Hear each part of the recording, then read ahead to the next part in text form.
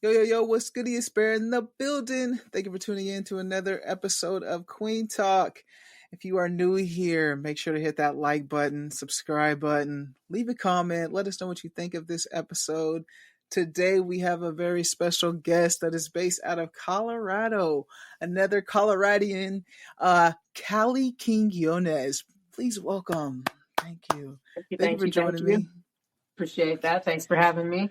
Yeah, Khalie, how you doing? How you doing? I'm doing great. Hey, I like to say I'm too blessed to be depressed. Oh, I've never heard that. Too blessed to be depressed. I'm probably gonna take that from you, because You know, I took it from an old friend, so I get it. It's a good one. that is very good. This ain't about me, but I've been going through a lot of shit in my life, so like too blessed to be depressed is a good motto to live by right now. Yeah. Um, why don't you give the audience just a little bit about yourself and how you identify in the community? All right. Like you said, my name is Khalie Quinones, Colorado native. Grew up playing sports. I've been an athlete my entire life. For a good chunk of my life, I was a musician. I've been a business owner, 3-time business owner, entrepreneur, tow truck driver for years. I've lived in several states. I think and now I work in the school system. I'm a paraprofessional now, and I coach high school basketball. I own a basketball company. I work with Gold Crown Foundation. So now, after doing all of that, I've kind of circled back to working with the youth, and yeah, I'm loving it here. It's great. So that's what I do now. That's a little bit, just a little broad spectrum of what I've done in the past and what I'm kind of doing now. But yeah. And how do you I'm identify in the community, and what's your ethnicity? I am a lesbian. I identify as female. You can call me her. But at the end of the day, I believe that we're all energy. So I've looked into all these different things, but I think where my heart like really fell is like we're energy, and if you can be the yin and the yang, then you have the ability to draw from divine masculinity and divine femininity and have the best of both worlds and kind of bring those things together. So I like to think of us all as limitless, and so I try to stay out of the label area. Kind of keeps me Yeah. down a little bit. Afro-Latino, my mom's side of the family is Hispanic, Mexican, African American, Indigenous, and then my biological side, father's side of the family. There's some brothers. They're African American. So I like to look at myself as a little bit of a mutt, in true American fashion, I guess, in some ways. There's a lot that I want to talk about on today, because after doing some research, like you have been, this is like we were talking before this, but this isn't your first time on the camera. Right. I was like Googling you and stuff, and then I seen like you were a musician, or are a musician. I seen that you did take a little break though. But I seen videos from you like back in 2014. Like Yeah. I was Yeah. like, so you've been in it like for a while. Like you've been and before that, like you said, you were playing ball, and um but I like want to start at the beginning of it all. Like before we get to the different later stages, you're a Colorado native, Mm-hmm. and what was it like, your upbringing like in Colorado? Like did you have So two parent household? Were you single parent no, household? it was very different. Are you ready? Okay. I'm ready. We're All right. ready. Okay. So I'm the youngest of 12 kids, but 12. between my mom and my biological father, I'm the youngest of 5. By the time I was born, one of my siblings, a sister, had passed away. So, by the time I was born, there's 4 of us. At that point, my mom was 19, so she had my brother, my eldest brother at 14, going on 15, and had 5 kids between that span. You know, and a lot of people will be like, oh, you know, it was different back then, and you know, like older men dated younger women, and I'm like, in my mind, I'm like, no, what are you talking about? Like, it's been the same kind of cringy thing for a long time, right? Like, Yeah. um, older men impregnating or dating or being with very young women, and you know, I know my mom, she had a rough upbringing and then had a rough go with my biological father. So there's a lot of history there. There's a lot of violence and pain. And I wrote about a little bit about that in one of my albums, Battle Cries. Would that be news? Is that news? Yeah, Okay, yeah, the yeah. track news, and that's hard. That's a hard song for me to listen to now because since all of that, my biological father's passed away. I did go to his service and laid him to rest, and I saw all these things about him. I saw people, you know, like this part of my family celebrating this man. While growing up, what I knew of him wasn't a good person, you know, and I Right. think Yeah. that happens a lot to kids. And it's just natural. You're going to Yeah. hear one side, you know, you're going to hear one side, and if you don't grow up with the other parent, naturally you're not going to hear that side. And maybe when you talk to them, they might say a few things, but depending on their like, I don't know, depending on how much they want to tell, how much tea they want to spill, right, about the scenario, because they don't know how much my Yeah. mom has shared. But there was definitely aggression there, toward and resentment that I definitely carried for a long time towards my biological father. So at the age of 19, my mom was single. And then I recall at like between 5 and 6, meeting my biological father for the first time. Okay. I sat in his Stingray Corvette, and let me sit on his lap like a little kid, you know, and you have a little kid on your lap and they're steering. So Hmm. it was that scenario. And the crazy thing is, fast forward, I don't know, 40 years. Fast forward 35 years, right?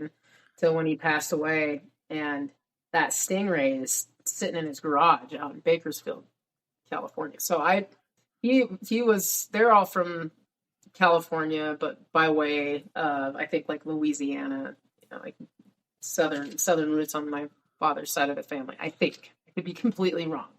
Um, So you were but raised by a single mother, a yeah, young and single mother. until I was like, this went really fast because he came around one time and then gone. And then I feel like it was like in the same 1 or 2 years, we all lived in Loveland, Colorado. So there's this one day, this is crazy. There's this one day we're at the park right outside of the Chilson, and my aunt looks at me and she's like, "Hey, you see that guy over there with the blonde hair? You see that guy with the blonde hair?" And I look and I'm like, "Yeah." She's like, go tell him your mom thinks he's cute." And before that, like my mom could even grab me, I was gone. I was like, "Boop, see ya." Tapping on this guy, he turns around and I'm like, "My mom thinks you're cute." Next thing I know, they're going on dates. He's an incredible guy. 2 years later, they're married. They're still together today. He is an Wow. amazing person. He is an amazing person. Like, so, Wow. so we've had conversations where he said to me, like, you know, I feel like I knew you in another life, and I'm like, it's very possible, you know, like, Yeah, that's dope that they're still together today, and like you're the one that yeah. ran over there and like made that Oh, it's connection. funny. I tell people all the time, I'm like, I introduced my parents, my mom and my Y- stepdad, and he was great. You know, he's a white boy, and he was the first dude I ever saw dunk a basketball. He coached us all in sports. Okay. Um, you know, I know my mom's side of the family went through a lot, Mm. and so there was, looking back, I see times that I spent with his side of the family that were really, really wholesome, you know? And Mm-hmm. not saying that we didn't have wholesome times with my mom's side of the family or anything like that. I feel like it was just different, you know, Yeah. Yeah. like the love, like, how do I say this? Like my grandmother on my dad's side of the family had this like soft love, you know, like really Okay. fluffy. But on my mom's side of the family, it was like tough love. Yeah. Yeah. And not that that grandmother wouldn't give me tough love.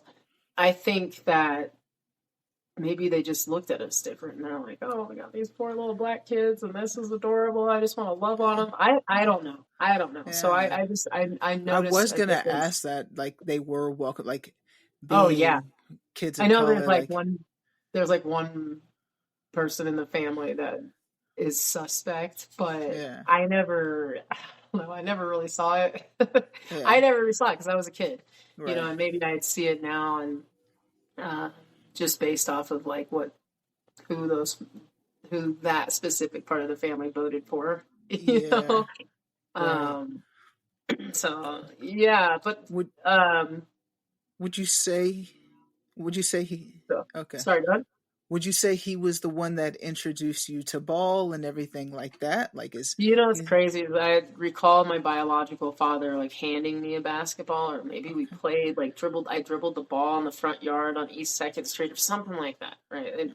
And then my stepdad came into our lives and just coached us in everything: that's awesome. basketball, track, football, like all the things. My brother played football, so I was like. I was just glued to his hip every practice. I was there. I wanted to watch my brother. I wanted to support. And I don't know. So how was Colorado like growing up? Is I'm from Wichita, Kansas, so Oh it's yeah, very like not a lot of people of color. There's no no, mountains, not a lot of stuff to do. So what was that upbringing like in yeah, Colorado for Wichita. you? That would have been wild. Going to a come and go, and the kids are just like, It ain't like that. It's not like that bad. I mean, there is tornadoes. Don't get me wrong, but um, but no, there was. We were probably like one of three black families hmm. in Loveland, and then our some of our cousins lived here in Denver. Um, so it was heavily Hispanic and heavily Caucasian in northern Colorado. And now you're like, oh, I go to Loveland and I'm like, what the hell? There's like, I, I just saw like 10 people of color like me, like, and they're not Mexican, they're not Spanish, they're black. Like what? Walking around. And so it's, like, hey, we're everywhere. Yeah, Way that more so than the 80s, 90s, and early 2000s, that's for sure.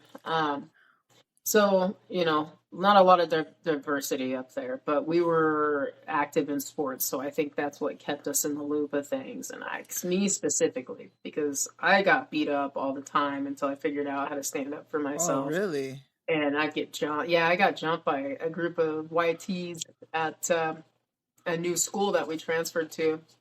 They took my ball, just punked me, threw me down on the ground, started kicking me. It was bad.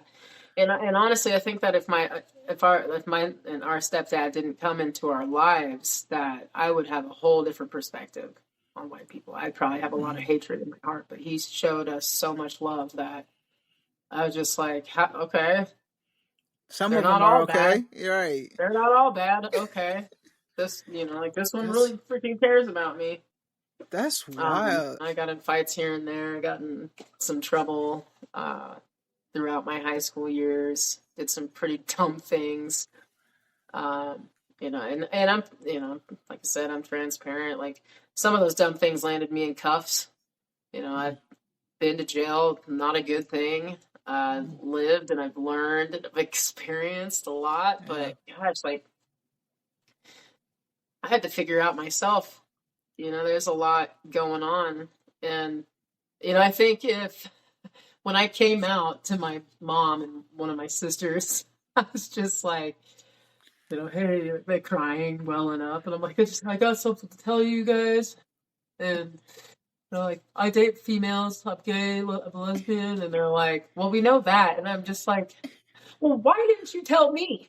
You could have saved me like 15 years of like trying to figure this shit out and like going crazy. Why Like did you? damn near killing myself multiple times, just Oh wow. like over like out there partying and being just a promiscuous type of person in just the places I would end up in. Not sexually, because I didn't do any of that until I was in college.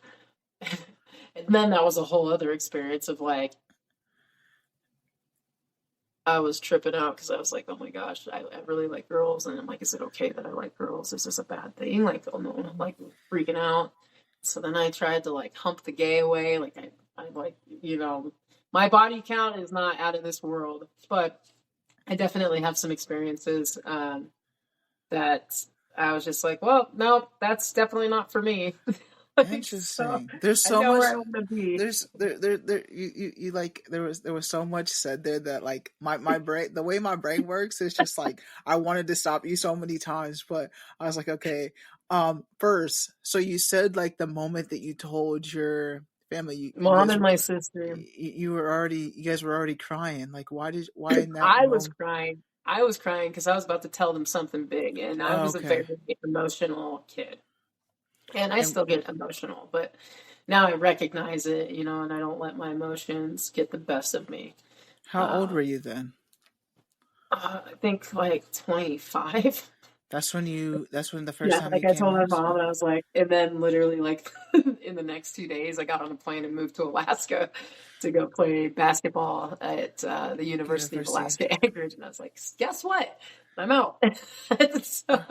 So I wouldn't have to deal with it. So I wouldn't have to face them every day. Right. And So that gave me a little bit of time to like work through the emotions and the feelings of like, okay, I just spilled the beans to my parents. I'm sure by now they've told everyone in our family. And by then, and yes, that was the case. Everyone in my family knew. Um, and I felt like a little bit of that pressure that I had on my own shoulders was alleviated, I think. So what was the reaction? love you no matter what, like it was positive reaction. But for me, Good. I'm like mind blown, like, Right. you guys, that's like knowing I'm walking around with a booger on my face or in my eye, and you don't say anything, or food in my teeth, and you just let me go the whole day. And then What I'm was like, wow, I didn't know that I had this in there. And then you're like, well, I saw it all day. Like, you didn't tell. do you feel like your house was homophobic or No, not at no? all. Okay. No. My ex-wife, uh, when we first started dating, she asked me if I was transgender. And that was at 29 Really? years old. Yeah, I was at 29 years old, and I'm like, what's that? Like, and I'm 42 now, to give you like a perspective on years. But it was hilarious because I'm like, I don't even know what that is. And then she, shed some light on me, and like, I mean, I don't know. And I start doing some research. I'm a Sagittarius. I'm gonna go dive like head first. So I go do my own research, and I write my parents a letter being like, expressing that I might be this. I don't know. I don't know what this is. Have you guys ever heard of this? And this is the cool thing about my family. I've just always been Q. I've always been Khalie. I've always been Q. I don't think they've ever like attached a gender to it. But what was funny was when I was making my argument, like I was like, here's my thought, here's my public statement, like, I feel like I'm a lesbian and this is why, or I might be transgender and this is why. And they're like, well, we've never seen you as he, or she. We've just always kind of gone with the flow. And I'm like, yeah, no, no, no. You guys don't get off the hook that easily, because there's absolutely been times when you guys have slipped up and called me he. So I think there was a little bit of eye opening for all of us Mhm. around labels and genders and all that stuff. And I think through me, they could see like that gender didn't matter, because no matter what I did, I never let gender stop me from getting a Yeah. job, from making a team, from making impression, from going and talking to anyone, whatever. I've just Yeah. always been myself. So you said at 29, your partner at the time asked you that question. And by the way, Yeah, like 12 years ago, to be honest, I knew like LGBTQ, but I never took the time to really Google dive search into all what of the it. acronyms were. So like Yeah, transgender was not a thing that I yeah, naturally knew of. I'm sure I heard of it or seen or have been around a transgender like growing up, but I personally 12 years ago that right. was I can't say that was my experience. So you like witnessing that 12 years ago, someone telling you that, and then you doing your research. Do you think that you like found balance during that time? Because like Oh yeah, for me absolutely. Through that personally, relationship, yeah, when I tell people I'm divorced, and they're like, "Oh, I'm sorry," and I'm like, "No, actually, because of that relationship, I learned so much." And by the time it started to sour, like I think it went a little longer than, I mean, that's a hard thing to break. 12 years is a long time. But mhm. when two people start to outgrow one another, one starts to outgrow the other, like if you stick around, that's like wearing a shoe past it fitting. And that shit hurts. It just hurts. You're like, why would I keep putting my foot in that same shoe expecting a different result? Not. Like eventually what happens, like if you actually grow through the shoe, it's force, right? Like Yeah, I don't want to grow I through get, this yeah. relationship and force it. Everybody's story is different. I feel like mine, I wasn't supposed to stay there, you know, Hmm. and so I feel like I'm supposed to be kind of working through these different relationships to grow and learn more about myself. And some of the females that I've dated have taught me more about being a female. Some of the men that I've been around have taught me about masculinity or what manhood is. So you feel like you've had trouble like being more Okay, feminine in yes, I ways. got you. So, yes, yes, and now I'm actually starting to open up more to my femininity, feminine side, In what ways? physically, emotionally, mentally, honoring myself as a female as well. Um, and gosh, on the emotional side, not being so hard on myself, softening up and following more of my intuition and being more nurturing towards myself. Mm. Like I've spent a lot of my life just being like, oh, you got to figure it out. You got to buck up. You got to get through this. And it's like, hey, it's Yeah. okay to not be okay. I've become more certain of myself. I've started making those steps towards loving myself, all parts of myself, and realizing that no matter how I dress, I'm beautiful.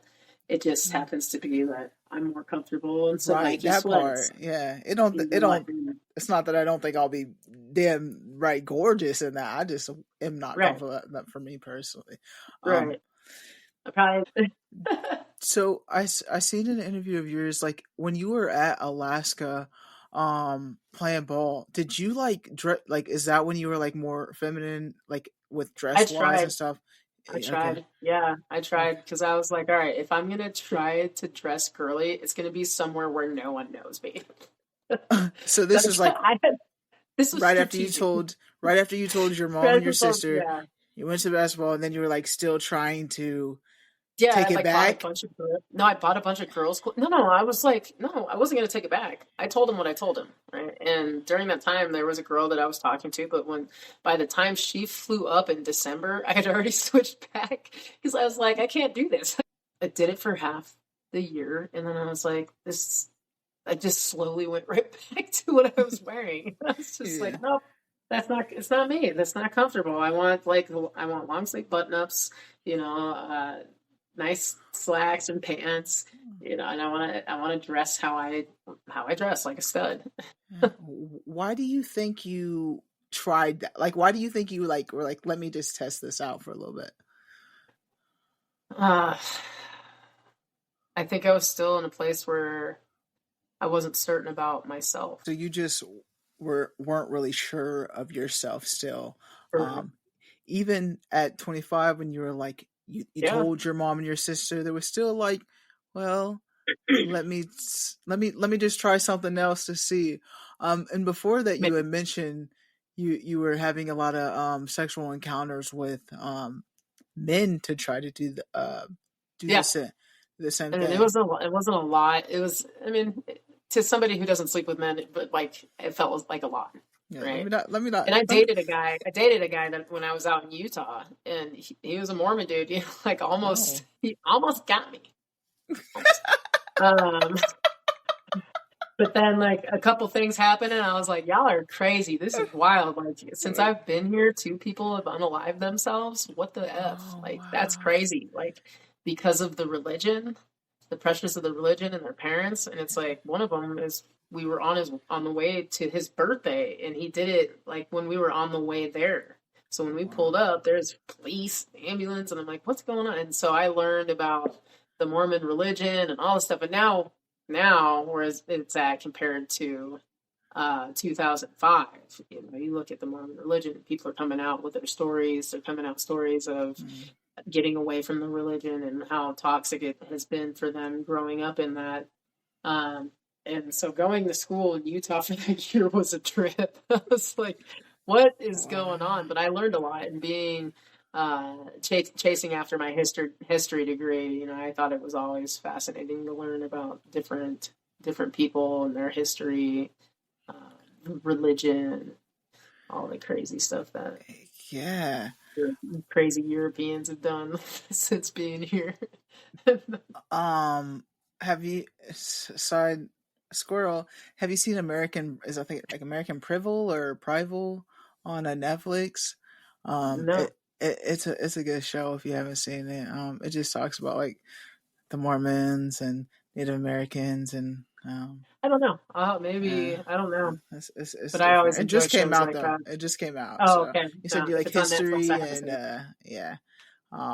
But you played ball in Alaska, and then it was like you said. I seen in an interview. It was like you were you even like got a chance to like go overseas. So like you played ball for a good portion of your life, and Yeah. then there was a moment where you were just like, okay, I don't want to play ball anymore. Um, Yeah. So I went and played in a combine out in North Carolina and made a team to go play in overseas in Hungary. All I had to do was pay for the plane ticket, and I was just like, man, I'm so tired. mhm. I don't want to do this anymore. And by then, I had already put out my album Unfinished Business and was had been working on music because I took some time off between Utah State and the University of Alaska Anchorage. About a year, 2 years to be exact.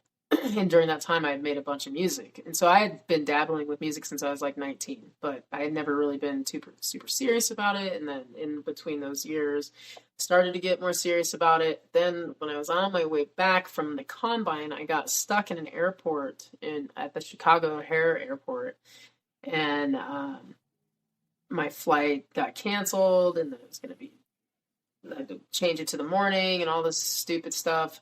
And at that time, a band was coming through on a red eye, and I ended up chatting with them just out in the waiting area at the airport, and they started telling me what life was like on the road and stuff, and then like right at that moment, I was like, man, I couldn't even imagine going to like another state or another city and like for me being on a stage is like being on the basketball court, right? Mhm. But the difference is when you go do it as a musician, everybody's like, oh, come stay at our house, here's food, we'll give you money, blah blah blah, let me buy you drinks, let me buy all your stuff. You go there as an athlete, they're like, we want to fucking kill you, go back to your state, blah blah Mhm. blah. And I'm like, that is insane. Like Yeah. you're insanely good at both, but on one side they're like just terrorizing you, and then on the other side they're like, we love you. So I wanted to see what that side was like. So I hung up the shoes and picked up the microphone and really went like full on. And my parents weren't too happy. And I don't think they believed me like that I was good at it until my mom saw me play at Red Rocks and in front of 10,000 people for the Prince tribute after he passed away. And she's like, okay, I think she's got this. And then I went and saw Kendrick Lamar after in SZA after Black Panther came out, and I was just Mhm. like, yeah, I don't need to rap anymore. Like there was a couple things I was like, he's got it. I don't need to rap. Like he's saying everything that I wish that I could be saying right now. It's perfect. So you don't I'll think say you'll like you did take a that. break, so you don't think you'll pick it back up or what? I mean, there was a couple parts to that. I put the music down because I saw how much it was kind of pulling me away from my wife at the time. And Mm. so I needed to focus on home life. I needed to focus on a career. So like became a tow truck driver. And for 7 years out in Oregon, I didn't work on music. And I didn't get back into the studio until like a month and a half ago. Okay, so we back. And then just had a release come out with a buddy called Falling Over, with my homie Ty Frazier's Supernova. So that's streaming on all platforms right now. If you go on Oh, my Spotify, keep all the music, you can go to my discography, and that single will be in there. okay. But I think I was just so angry Yeah. that and the album that I did create, I trashed it, I threw it away because I was like, I'm not gonna do that to her. I'm not Mm. gonna tear her apart through my music and demoralize our relationship and just tear everything down that we had. Because I really loved her and I just knew I couldn't be with her anymore and I didn't want to go Kanye West on her. So, and like say all, because it's so easy to just tear someone Yeah. apart with the song and they have no way to respond. Yeah. Right. And Yeah. that's just ugly. So I think that I got to a point where I couldn't write anymore because it was so mean and aggressive and cruel. And now I'm finally to a point where it's like, okay, I'm not angry anymore. I understand my frustration. Now I can talk about this in a mature way. Yeah. Yeah. That's good that you acknowledge that too, and didn't get messy. Cause, I mean, a lot of artists, like if you're close with them, and they do speak on. I mean, you're literally writing about your life, so That's and what you're my all sure. my music is about is my Yeah. life. And I'm like, Yeah. ooh. And I think I learned from from the song News, how Yeah. it could affect other people other than myself. Yeah. Um, and now, like after we talked at the beginning of this, it does make a lot more sense, that song. After you said that, so it is very personal. Like after seeing that, like I definitely get that now. Um, but it seems like it's very therapeutic for you too. At the same time, like that's your Oh yeah. release. So you have grown a lot. But I wanted to say something though with back to the basketball, because when I seen it, you said you stopped because you felt like you can't you felt like it wasn't freedom for you anymore. You said like to a point where it's like someone telling you to jump and Oh, run and basketball. swim and all of this stuff. And I was like, that's that's I didn't think about it like that, in that perspective. I mean, I didn't take it as far as you did, but I was like, Yeah. I that didn't is what realize they're how doing. political. I didn't realize how political and like the history behind sports, like how much there really is. And I started looking at it when I was in Alaska. We've had people dropping dollars against each other over us Yeah, forever. yeah, And I'm um, like, what? And I start looking around at all the professional sports, and I'm like, what's the difference now?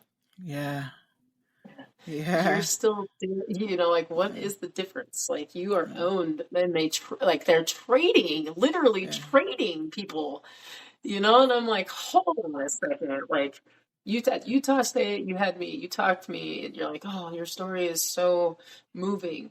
I need you to go speak to this group of people. And in Utah, it's all white people. I need you to go speak to this group of people and tell them your story so they give us money. Like, what the, and not even realizing what I'm doing, um, until X amount of years later. So then I started hating basketball and I was like, this is terrible. I want nothing to do with this at yeah, all.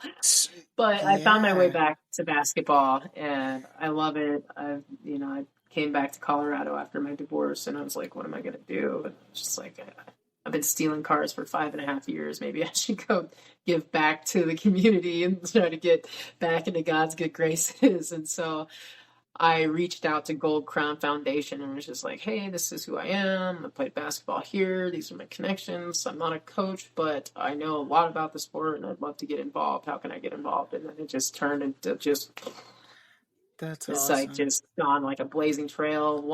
I won Junior NBA Coach of the Year last year. I got hired by high school to coach. I opened my own another business, a basketball business. I'm the one-on-one instructor over at Gold Crown.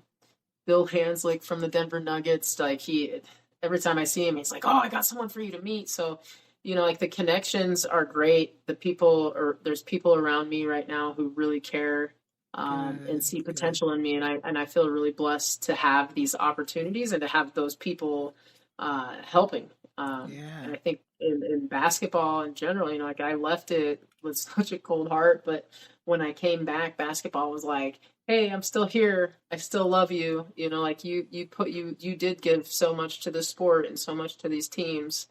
We're still here for you, Yeah. and so I think when you don't burn bridges and maybe you have to go off for a little bit, and I think for me I had to go learn how to be me, the yin and the yang of all these things before I could come back to basketball because I was so emotional about it. And Yeah. now I brought in some logic with the emotion, and it's like, you've learned so much about this sport. You can literally help change lives. So Yeah. go do that.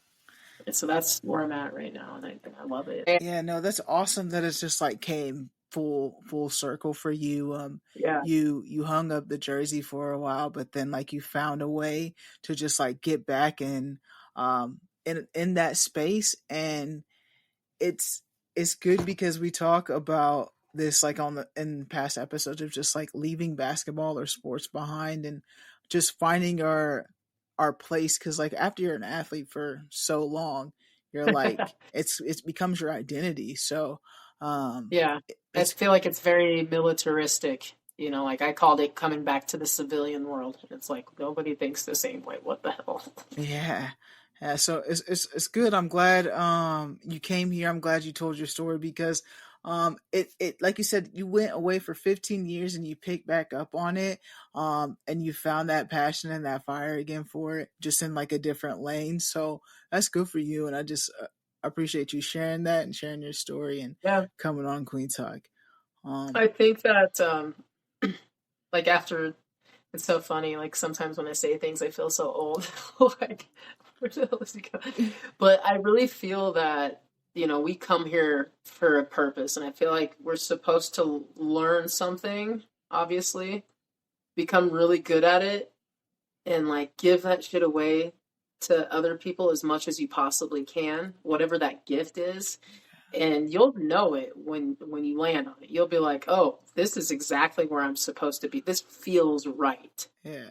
Right. And I think it's like the being able to have the gift of giving. Like if the more we give, the more we get. And if once you lose track of the mindset of like, well, if I give, then I should be getting. Like when you're just naturally giving, when it's something that you absolutely are just maybe born to do, or Mhm. you churned that butter for so long and now it's just this fine whip, and like you're able to come back to it like I did, and just be right back in it like you never left it. Yeah. That's the moment that I was like, this is where I'm supposed to be at.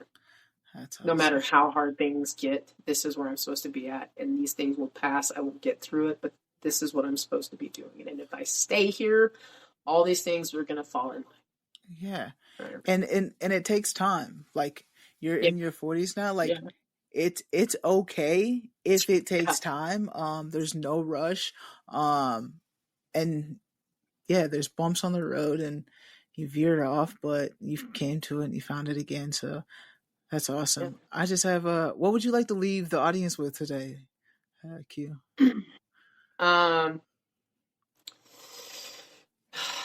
Man, yeah, I would say this, like here's a challenge for everybody. If you have a mirror that you can get to, if you could do this for like a week straight, brush when you're right before you brush your teeth. Look in the mirror at yourself and tell yourself that you love yourself. Hey, I love you. You're amazing. I forgive you. And give yourself a positive affirmation. So do like four things, right? In the mirror that's looking inward and just speaking positive to yourself. Try that for like 5 days in the week before you leave your house and see if you feel different. Just see if you feel different. Yeah. Yeah, I'm reading a book right now, Think and Grow Rich, and it talks about just like your mentality is Yeah. literally mentality and faith. Without those two, like it's going to be hard for you in this world, and you got to have both of those. Yep. And it brings back to the quote, like a motto I'm now going to live by is too blessed to be depressed. Um, yeah. But yeah, this was a great episode. Thank you guys for tuning in today. This has been awesome. I appreciate you, Q, for being a part of this, and Yeah, hopefully you absolutely. guys Thanks for having enjoyed me. it. Make sure to leave a comment. Let us know what you think of this episode. And as always, family, friends, strangers, love, and Yeah, be much love. nice.